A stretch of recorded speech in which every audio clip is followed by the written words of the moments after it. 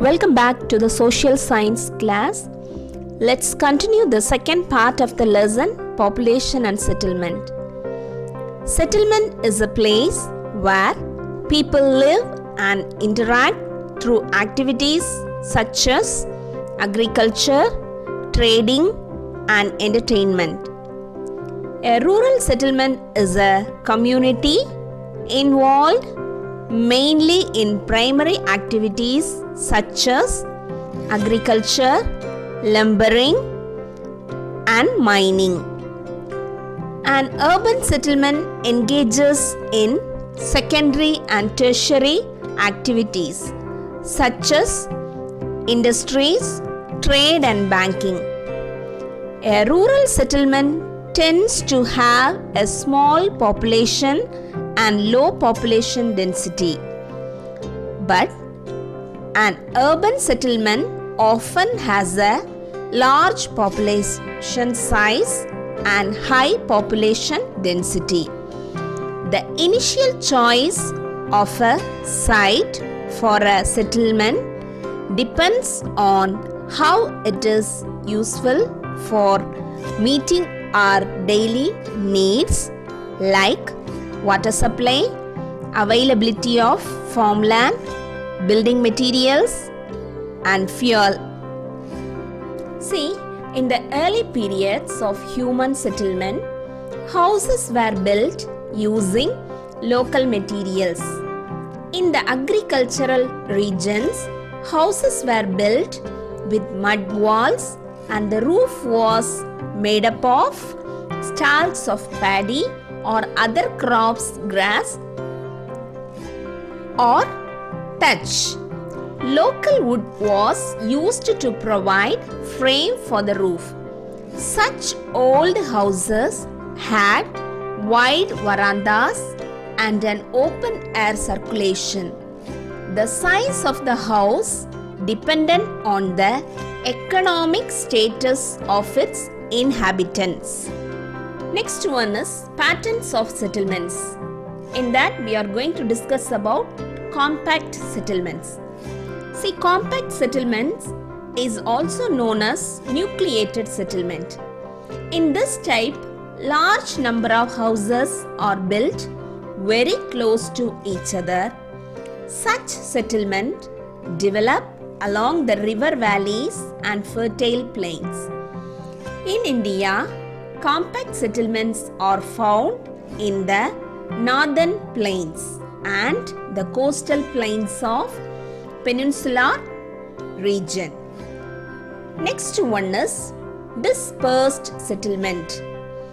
Dispersed settlements are generally found in the areas of extreme climate, hilly tracts, thick forest, grasslands, areas of extensive cultivation. In India, this type of human settlement is found in the northern Koshi tract, the Ganga Delta, the Thar desert of Rajasthan, and the foothills of Himalayas and the Nilgiris. Next one is a hierarchy of settlements. So here settlement is divided into two. One is rural, another one is urban. In rural settlements, you can see isolated hamlet, village, small marketplaces. In urban settlements, it is again divided, classified into two. One is town, next one is city conurbation. First, we are going to see about rural settlement. See, rural settlements are located near water bodies such as rivers, lakes, and springs where water can be easily available.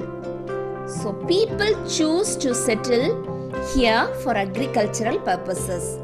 They prefer to live near low-lying river valleys and coastal plains suited for cultivation.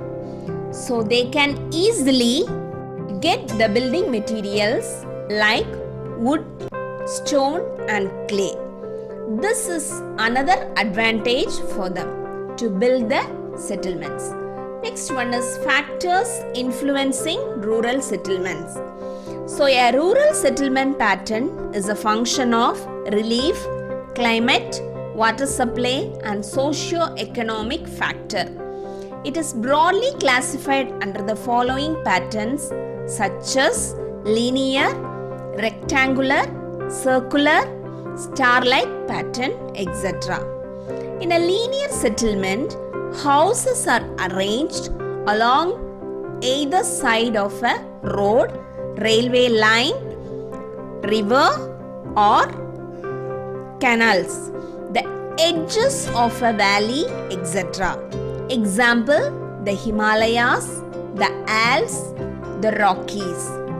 Next, the rectangular settlements are almost straight, meeting each other at right angles. Such settlement is found in plain areas or intermontane plain. Example, Sutlej houses built around a central area are known as circular pattern of settlements. Such settlement develop around lakes and tanks.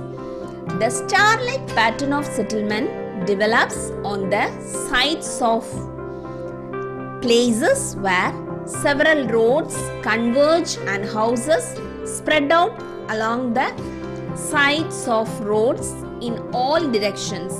Example, the Indo-Ganga plains of Punjab and Haryana. Next one is wet point settlement.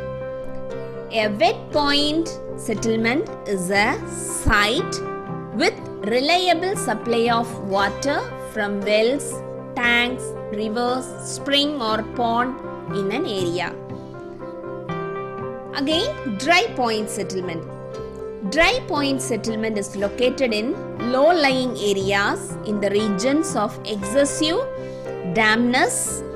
Dry point settlements are not affected by flooding due to the landscape and the source of water.